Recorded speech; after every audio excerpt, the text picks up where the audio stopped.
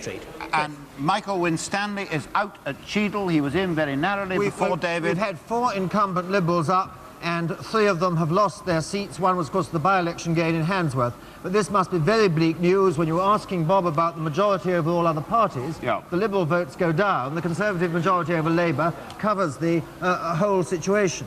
And...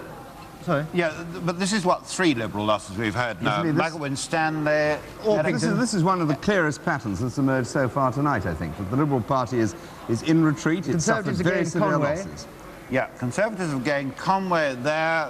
There's one other thing. The Labour Party lost Clapham, and that's where David Pitt was standing, who hoped to be the first Negro MP in the House of Commons. He was defeated. There must have been a swing of at least 5%. It may have only been the national average, but it is a very interesting and significant result. Well, we're really coming now to a very crucial part of the state of the parties, and I really think we ought to go to Robert Mackenzie now. As state of the parties, then, coming to a critical moment. Remember, early in the evening, we said that Labour, if Labour loses 33 seats net, it has lost its majority in the House. Labour has now lost 32 seats net, and is very close indeed to losing its majority. And as David pointed out, that with the shrinkage of the Liberals, quite dramatic so far, with only Jeremy Thorpe back, it's going to be a very close thing between the parties at this moment, and we're then going to see a shift, if the computer's right, a shift with the Tories pulling ahead. But one more loss for Labour, and it has lost its majority in the House. That loss is coming from Belper, over to now to Belper and Alan Hart. Shh, don't shout. We're still not quite ready, apparently, for our result here, but I've just learned one curious piece of information. The Conservative man here, Mr. Stuart Smith, has been the prospective candidate in the constituency for some 3.5 years. But up to this moment, and including tonight, the 2 men have not met. Now, Mr. Crossley, the acting returning officer, seems to be ready. And the question now is Mr. Brown going to lose the seat that he has held continuously for 25 years?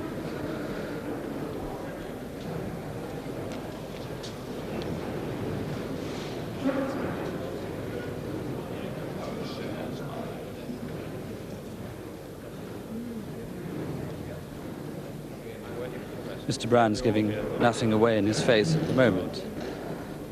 Neither is Mr. Stuart Smith, the Tory candidate.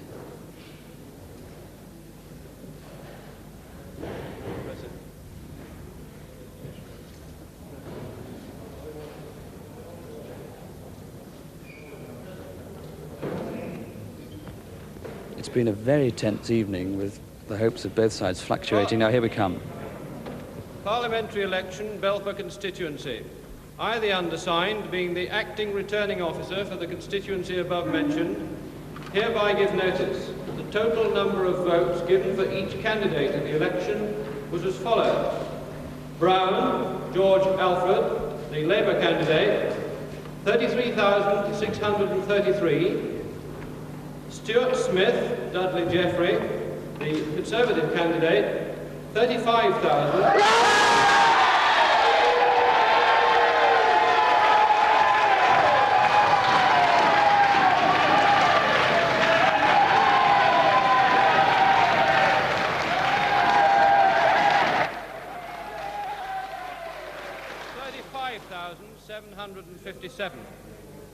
And that the undermentioned person has been duly elected to serve as member for the said constituency, Dudley Jeffrey Stuart Smith. The number of...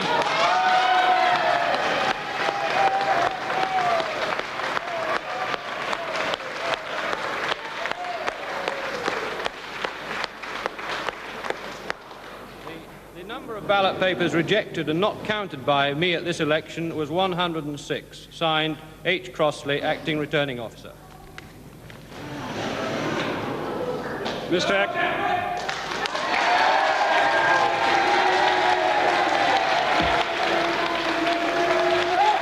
A 4.8% swing against George Brown at Belper. less than the national, or just about the national average, but everybody expected there to be a bad result for the Labour Party there because of Derby overspill housing. It was a seat that had been progressively getting worse for Labour, although, of course, it was a seat that's been held by Labour since 1945. But there is the loss of George Brown, one of the most outstanding people in Parliament.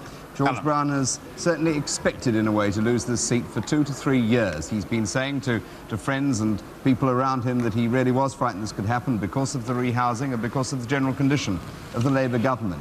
It's perhaps a kind of end point to a career which has been in such serious trouble in many ways for 3 years now. You remember George Brown having resigned as Foreign Secretary, whether out of a matter of principle or whether it was simply in a moment of temper or anger. But certainly ever since then, although he's retained his official position inside the Parliamentary Labour Party, he has not got back into the government, and as far as we know, he was never invited to go back into the government. In a sense, there's a tremendous human drama here, because Harold Wilson must have been watching George Brown in Belper and George Brown watching Harold Wilson in Huyton. Both these men, their careers interlocked for so many years, and now both looking at each other in defeat. I think that was the one result, Bob, that you were waiting for, not particularly the George Brown result, but that kind of gain. Well, yes, it means now that Labour has suffered 34 net losses, which knocks out their majority in the House of Commons. And highly significantly, it seems in a way, symbolically, the defeat of George Brown was the one that made the difference. I think George Brown's actually speaking. Can we go back and hear what he says? Crossley, 5 times I have moved this vote of thanks, and always with great enthusiasm. The last time I thought we got it through very quickly, very efficiently. I can only say I congratulate you and your staff, having had an extra hour at the polls, on having done it at least as quickly, even though my friends insisted upon checking the boxes, which delayed you a little. It's a very efficient count, very quick. You are to be congratulated on it. To my successful opponent, of course, I congratulate him. I lend the constituency to him.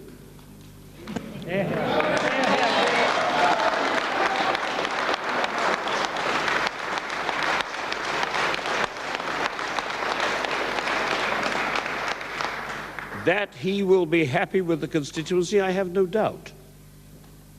I only hope the constituency can be happy with him. It's another matter. Anyway, we have fought a great campaign. We were, of course, on a hiding to a penny before we started and knew. The change in the constituency, everybody had noted. I still did my duty as I saw it for the party and spent only 3 days here at the end.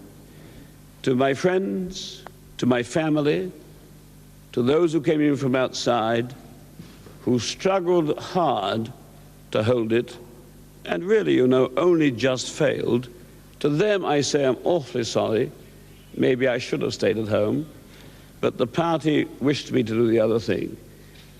Mr. Crossley, for us in the Labour Party, this is the kind of defeat you take.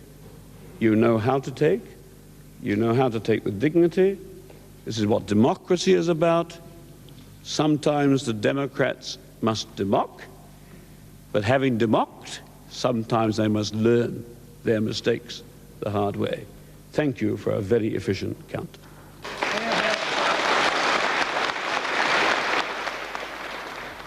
Two quick words before we go on. Desmond Donnelly has lost Pembroke. He was the independent. Down there, the independent who went independent. And Mr. Wilson said at 2 a.m., which is only 7 minutes ago, he did not concede defeat. Robin Day. And with me in Leeds is Mr. Dennis Healy. Mr. Healy, before I ask you any general comments, I would like to ask you to comment on Mr. George Brown's defeat, because I think a great many people in the country, whatever party they are, and without any disrespect to the man who's won, will be sorry to see George Brown out of Parliament. Mr. Healy? I feel this very deeply. I think George is one of the great figures of British democracy, not only of the British Labour movement. I'm certain, as he said himself a few moments ago, that he'll be bounding back again in a very short time, and I look forward to greeting him as an old friend in the House of Commons when that time comes along. Of course, politics being politics, Mr. Healey, some hard questions arise now. There will have to be elected a new deputy leader of the Labour Party, won't there? I suppose so. Will you be a candidate? I've no idea. Mr. Healey, I'm sorry, I should know, but I don't remember seeing your result yet. Has it come out? Yes, it is. I'm still Member of Parliament for Leeds East, and I've got about the same majority as I had in 1964 on a lower poll of a higher electorate. I had a feeling you were in, but I wasn't quite sure. Mr. Healey, if there is a Conservative government, and the signs we still predict one, this computer here, what do you think is the explanation, or do you not concede defeat like the Prime Minister? I certainly don't concede defeat yet. I think anybody who trusts computers after the events of the last few weeks is showing a boldness which I think is not justified by experience. And I think that when we see how the Scottish results come out, we shall have a better idea what the final poll is going to be. You still think you may still be in office on Saturday? I wouldn't rule it out at all. Mr. Healey, looking back on the campaign now, do you think that Powellism, whatever that may mean, or Mr. Powell himself, has helped the Conservative Party, or do you think they'd have done even better without him? I see no evidence one way or the other on this. As far as I recall, it's difficult, as you know, to follow results in detail when you're watching your own poll being counted, but my impression is that Mr. Enoch Powell did rather less well than his Conservative neighbour in Walthamstow. And I'm glad to see that one or two Conservative Powellites have already been defeated. Sorry, please go on. Well, as I say, I see no sign of that. I think from the very, very short study of the results I've been able to carry out so far, there's a good deal of evidence that the Labour Party pulled in less of its vote than the Conservatives did. I think this may have been in part due to better organisation, but in part too, I think, it had something to do with complacency engendered by these very opinion polls. I want to ask you about the opinion polls, Mr. Healey, because leaving aside which result anybody may have wanted to see, it did seem to me there's a Conservative gain at Willesden East there, Mr. Healey. Do you want to comment on that particularly, a Conservative gain at Willesden East? Well, not until I see exactly what the result was. No. Well, thank you very much, Mr. Healey. We won't go on any longer. I'm sure you're very tired. Thank you for coming and cooperating in our programme. Thank you. And in one capacity or another, no doubt I will see you soon. I wouldn't be at all surprised. Thank you. Goodbye. In one capacity or another. Well, if Mr. Healey's not quite certain about the figures, let's put him right together with Robert Mackenzie. Well, of course, if the computer gets it wrong now, then we'll not only have the opinion polls knocked into a cocked hat, but the computers as well. I think the position is this, that I can see why he's hesitant, actually, because 4.3% is the average swing we're getting, and that was just barely enough to give the Conservatives a working majority on most calculations. But in the marginals, it's a swing of 4.8% to the Conservatives, and I think it's on that the computers projecting ahead to this fairly substantial Conservative majority of 43. I myself think that may be high. I would lean a little against that, and I would have thought that if we'd had the same number of Liberals in before, which we wouldn't have had, it might be a rather bare working majority. But I expect still that Mr. Healey may be just looking on the bright side of it and hoping the computers have exploded as well. And I think it will be still a Conservative majority, but a relatively modest one. Well, let's quickly hasten to point out that Willesden East, that Labour hold it. I can now see Mr. Wilson waiting together with David Dimbleby. David? Prime Minister, Mr. Heath has just said that he's very much encouraged by the way the election's going. What's your feeling about what's been happening this evening? Well, of course, I'm disappointed by the results that we've been having, but it could turn out to be a very close-run thing. Your computer, which, may I say, in 1964 and 66 exaggerated the Labour majority, as I pointed out at the time, has been sliding from a Conservative majority at one time of 100 down to the 40s, and of course with a lot of the major industrial seats, including Scotland, still to be declared. What I think is the position is this: we have gained back most of the seats, not all, that we lost in the by-elections. we have held by far the greater majority of the 1964 seats, which gave us a very narrow majority in the House of Commons. We've held some of the 1966 seats. On the other hand, we've lost some seats that we held before 1964. So it could be very close indeed. Are you still saying that you think there's a chance Labour may win the election? I think it could be a very close run thing, but there's so many seats to declare, I don't think it's possible at this moment